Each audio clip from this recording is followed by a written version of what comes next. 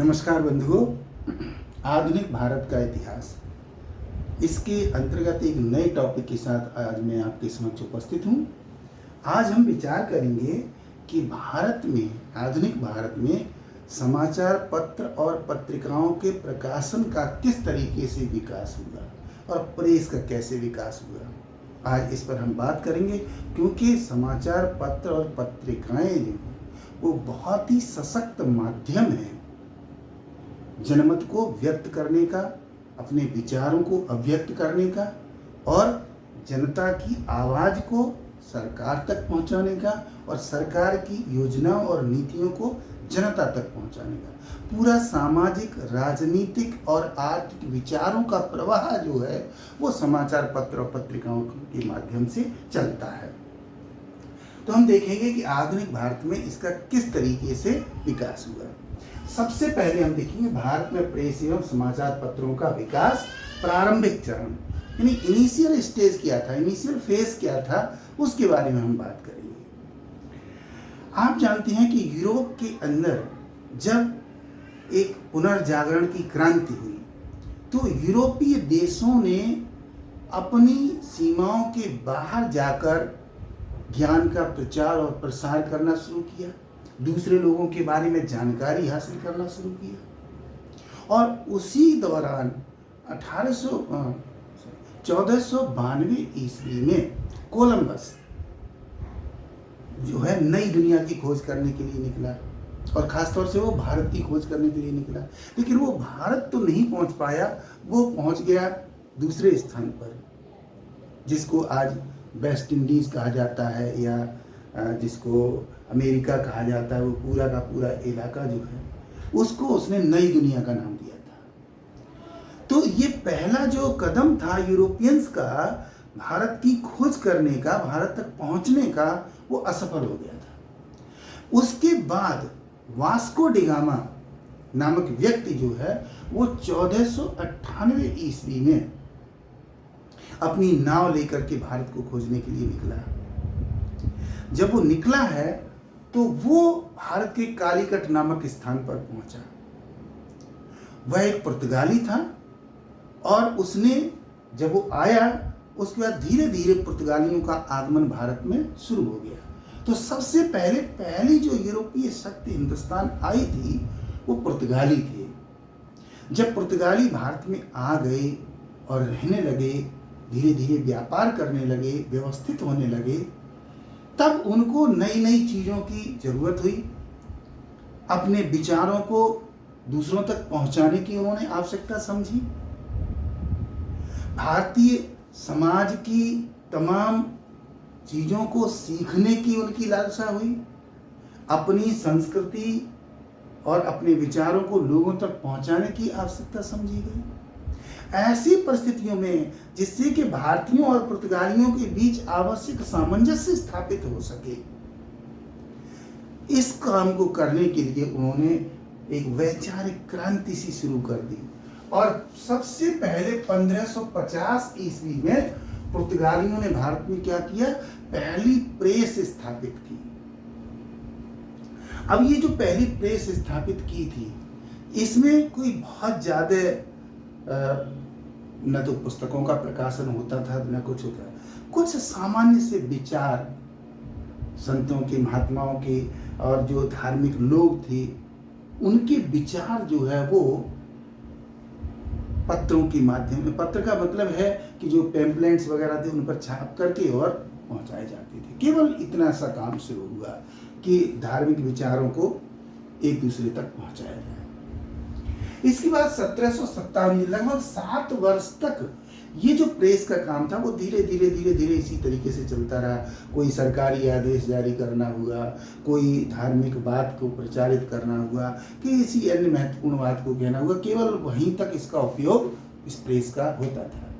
इसके बाद 1757 ईस्वी में पहली पुस्तक छापी गई इस प्रेस के द्वारा, और वो जो पहली पुस्तक थी वो ईसाई धर्म की धार्मिक पुस्तक थी। यानी पुर्तगालियों ने ईसाईयत से संबंधित मुख्य विचारों को इस पुस्तक के अंदर छापा था। तो ये पहली पुस्तक प्रकाशित हुई थी इस प्रेस से 1557 ईस्वी के अंतर्गत। इसमें हिंदुस्तान में मुगलों का शासन था, खासतौर से अगर देखा जाए तो अकबर का शासन था। और अकबर ने अपने राज्य के अंदर जो धार्मिक नीति थी वो उदार धार्मिक नीति अपनाई हुई थी, जैसा कि आपको मालूम। उसने अपने दरबार में हिंदू विद्वान रखे थे, जैन विद्वान थे, उसके दरबार में ईसाई विद्वान थे, बौद्ध थे, सभी लोग थे, सभी से वो विचार विमर्श करता था।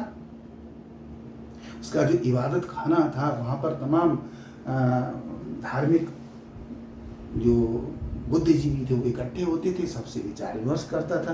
कहने का मतलब था कि मुगल पीरियड में अकबर बादशाह ऐसा था जिसमें थोड़ी धार्मिक स्वतंत्रता सी थी, सामंजस्यता था, और उसके परिणाम स्वरूप ये संभव हुआ था कि पुस्तक छप पाई थी। अन्यथा अगर कोई अन्य मुगल शासक होता तो हो सकता है कि पुस्तक नहीं छापी जाती। इसके बाद देखेंगे लंबे समय तक ये प्रेस इसी तरीके से चलती रही और 1664 ईस्वी में आकर के ईस्ट इंडिया कंपनी ने, जब ईस्ट इंडिया कंपनी का भारत में कई क्षेत्रों पर शासन स्थापित हो गया, जब वो खास तौर से बंगाल के अंतर्गत हो गया, उसके बाद फिर उन्होंने मुंबई प्रेसिडेंसी जीती, फिर मद्रास प्रेसिडेंसी जीती, तो इस तरीके से अब उनको अपने विचार प्रसारित करने के लिए, लोगों तक पहुंचाने के लिए, नीतियों को पहुंचाने के लिए जरूरत हुई, तो उन्होंने पहली प्रिंटिंग प्रेस स्थापित की बंबई के अंतर्गत। ये 1664 ईस्वी में स्थापित हुई। यद्यपि इस समय भी मतलब ईस्ट इंडिया कंपनी केवल व्यापार विस्तार ही हुआ था, कोई राज्य स्थापित नहीं हो गए थे। तो ऐसी स्थिति में कोशिश इनकी जरूर थी कि बंबई को प्राप्त किया जाए, कलकत्ता को प्राप्त किया जाए, मद्रास को प्राप्त किया जाए, लेकिन ऐसा हो नहीं पाया था। शासन अभी भी मुगल चल रहा था। इसके बाद 1776 ईस्वी में समाचार पत्र की धमकी देने पर विलियम वोल्टास को इंग्लैंड भेज दिया गया। विलियम वोल्टास एक कंपनी के कर्मचारी थे और उनके ऊपर आरोप लगाकर ईस्ट इंडिया कंपनी ने उनको नौकरी से निकाल दिया था। जब उन्होंने नौकरी से निकाल दिया था तो उन्होंने सरकार के खिलाफ बिगुल बजा दिया। उन्होंने कहा कि जो ईस्ट इंडिया कंपनी है और जिसने, अब तो सरकार स्थापित हो चुकी, वारेन हेस्टिंग इस समय गवर्नर जनरल था भारत का, 1773 में रेगुलेशन एक्ट आ चुका था। तो 1776 में जब सरकार की नीतियां जो थी वो भारत विरोधी होने लगी, साथ ही कंपनी के बहुत सारे कर्मचारियों को सरकार की नीतियां अच्छी नहीं लगी, तो उन्होंने विरोध करना शुरू कर दिया। और खास तौर से इसके जो लीडर थे वो थे विलियम वोल्टास, क्योंकि इनको नौकरी से निकाल दिया गया था। अब विलियम वोल्टास महोदय को जब नौकरी से निकाल दिया तो इन्होंने धमकी दी कि हम समाचार पत्र छापेंगे और उसमें सरकार की नीतियों की आलोचना करेंगे। तो सरकार ने क्या काम किया कि इनको पकड़ करके इंग्लैंड वापस भेज दिया, ताकि भारत में माहौल खराब ना हो, भारत में कोई ऐसा समाचार पत्र या पत्रिका प्रकाशित ना हो जो कि सरकार की नीतियों के खिलाफ हो या उनकी आलोचना करे। इसके बाद सरकार ने एक बड़ा, भारत में क्या हुआ, भारत में इससे एक जागरण फैल गया, एक लोगों के अंदर ये समझ आई कि एक अंग्रेज व्यक्ति, अंग्रेज होते हुए भी, कंपनी का कर्मचारी होते हुए भी अंग्रेजों की नीतियों का विरोध कर रहा है, तो हमें क्यों नहीं करना चाहिए। तो बहुत सारे भारत के जो बुद्धिजीवी थे वो वोल्टास का समर्थन करते हुए मैदान में कूद पड़े और वो सरकार की नीतियों की आलोचना करने लगे। ऐसी स्थिति में क्या किया सरकार ने, उनके प्रति दमनात्मक नीति अपनाई। उन्होंने कहा कि जिस तरीके से वोल्टास को पकड़कर इंग्लैंड भेज दिया गया है, तुमको पकड़कर जेल में डाल दिया जाएगा, वहां सड़ जाओगे, इसलिए आपको सरकार के खिलाफ कोई भी समाचार पत्र या पत्रिका नहीं छापनी है, सरकार की आलोचना नहीं करनी है, ऐसा किया। इसके बाद 1780 ईस्वी में एक अंग्रेज के द्वारा ही सरकार की नीतियों को प्रकाशित और प्रचारित करने के लिए एक पत्र प्रकाशित किया गया। व्यक्ति थे James Augustus Hickey. James Augustus Hickey थे, इन्होंने भारत में पहला समाचार पत्र प्रकाशित किया था, जो कि खास तौर से था सरकार की नीतियों को लोगों तक पहुंचाना और अपने पक्ष में जनमत तैयार करना। इस पत्र का नाम था बंगाल गजट। और वास्तव में जो इसका नाम रखा गया था वो था, बंगाल गजट के नाम से प्रकाशित होता था, लेकिन वास्तव में था Calcutta general advertiser. Calcutta general advertiser इसका दूसरा नाम था। इसमें खास तौर से बात थी कि सरकार की नीतियों को एडवर्टाइज करना, अंग्रेजों की विकास योजनाओं को एडवर्टाइज करना और अपने पक्ष में करना, लोगों को ज़्यादा से ज़्यादा अपने पक्ष में करना। बुद्धिजीवी वर्ग, भारत का जो बुद्धिजीवी वर्ग है उसको किसी तरीके से संतुष्ट करना ताकि वो ईस्ट इंडिया कंपनी के पक्ष में रहे, ये बात थी। इसके बाद 1782 ईस्वी में वारेन हेस्टिंग ने क्या काम किया? 1782 बाद में क्या हुआ, बाद में ये बंगाल गजट जो था वो सरकार की नीतियों की आलोचना भी करने लगा, और खास तौर से दो लोगों की आलोचना की। एक तो वारेन हेस्टिंग की जो कार्यवाही थी, एक गवर्नर जनरल के पद पर रहते हुए वारेन हेस्टिंग किस तरीके से तानाशाही व्यवस्था को अपना रहे हैं, और दूसरे जो उस समय मुख्य न्यायाधीश थे, सुप्रीम कोर्ट ऑफ इंडिया की स्थापना हो चुकी थी और ये इसका मुख्यालय कलकत्ता में था, और इस समय जो मुख्य न्यायाधीश थे इनको भारत का पहला मुख्य न्यायाधीश माना जाता है। सुप्रीम कोर्ट के पहले मुख्य न्यायाधीश थे एलिजा एम्पे। तो एलिजा एम्पे जो न्याय करते थे, उन एलिजा एम्पे की न्यायिक नीतियों का इस बंगाल गजट ने विरोध किया, और साथ ही वारेन हेस्टिंग का विरोध किया। वारेन हेस्टिंग ने क्या काम किया? 1782 ईस्वी में इस समाचार पत्र के ऊपर रोक लगा दी और इसकी प्रतियों को जब्त कर लिया। तो इस तरीके से इस समाचार पत्र पर रोक लगा दी गई। अब इसके बाद क्या होता है, जब यहाँ पर रोक लग गई तो जो दूसरा जो समूह था बुद्धिजीवियों का, वो चैन से तो नहीं बैठ सकता था, लिहाजा उन्होंने नए रास्ते निकाले, और 1784 ईस्वी में कलकत्ता गजट के नाम से, 1784 में अब बंगाल गजट की बजाय कलकत्ता गजट के नाम से समाचार पत्र प्रकाशित किया गया। और 1785 में एक मैगजीन निकाली गई, एक पत्रिका निकाली गई, और ये पत्रिका थी oriental magazine of Calcutta. Oriental magazine of Calcutta, यानी कि 1784 और 85 में क्या हुआ, बंगाल गजट के विरोध के कारण से ये नए दो प्रकाशन आ गए प्रकाश में। सबसे पहला था कलकत्ता गजट और दूसरा ओरिएंटल मैगजीन ऑफ कलकत्ता। अब इनके माध्यम से बुद्धिजीवी अपने विचारों को प्रकाशित करवाने लगे।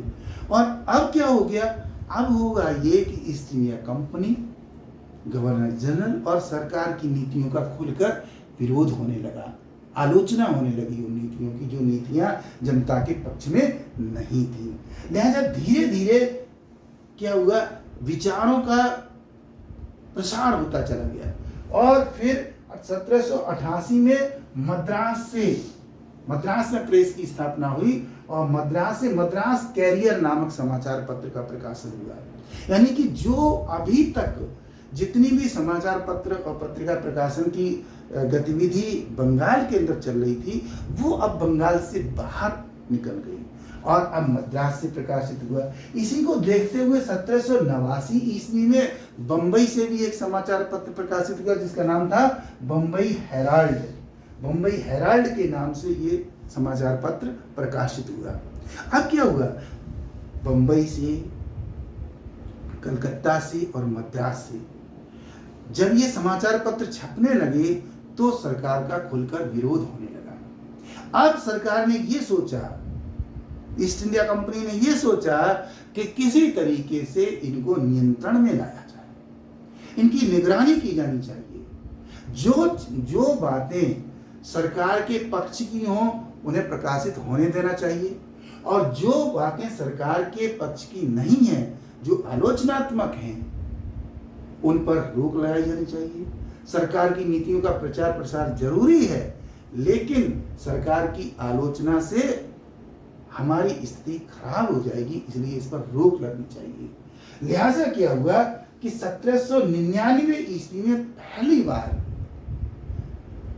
उस समय की सरकार ने एक एक्ट पारित किया, और इस एक्ट का नाम रखा गया press censorship act 1799, press censorship act 1779। यानी समाचार पत्र और पत्रिकाओं पर, प्रेस पर प्रतिबंध लगाने के लिए, उसको नियंत्रित करने के लिए सबसे पहला अधिनियम सेंसरशिप अधिनियम लाया गया।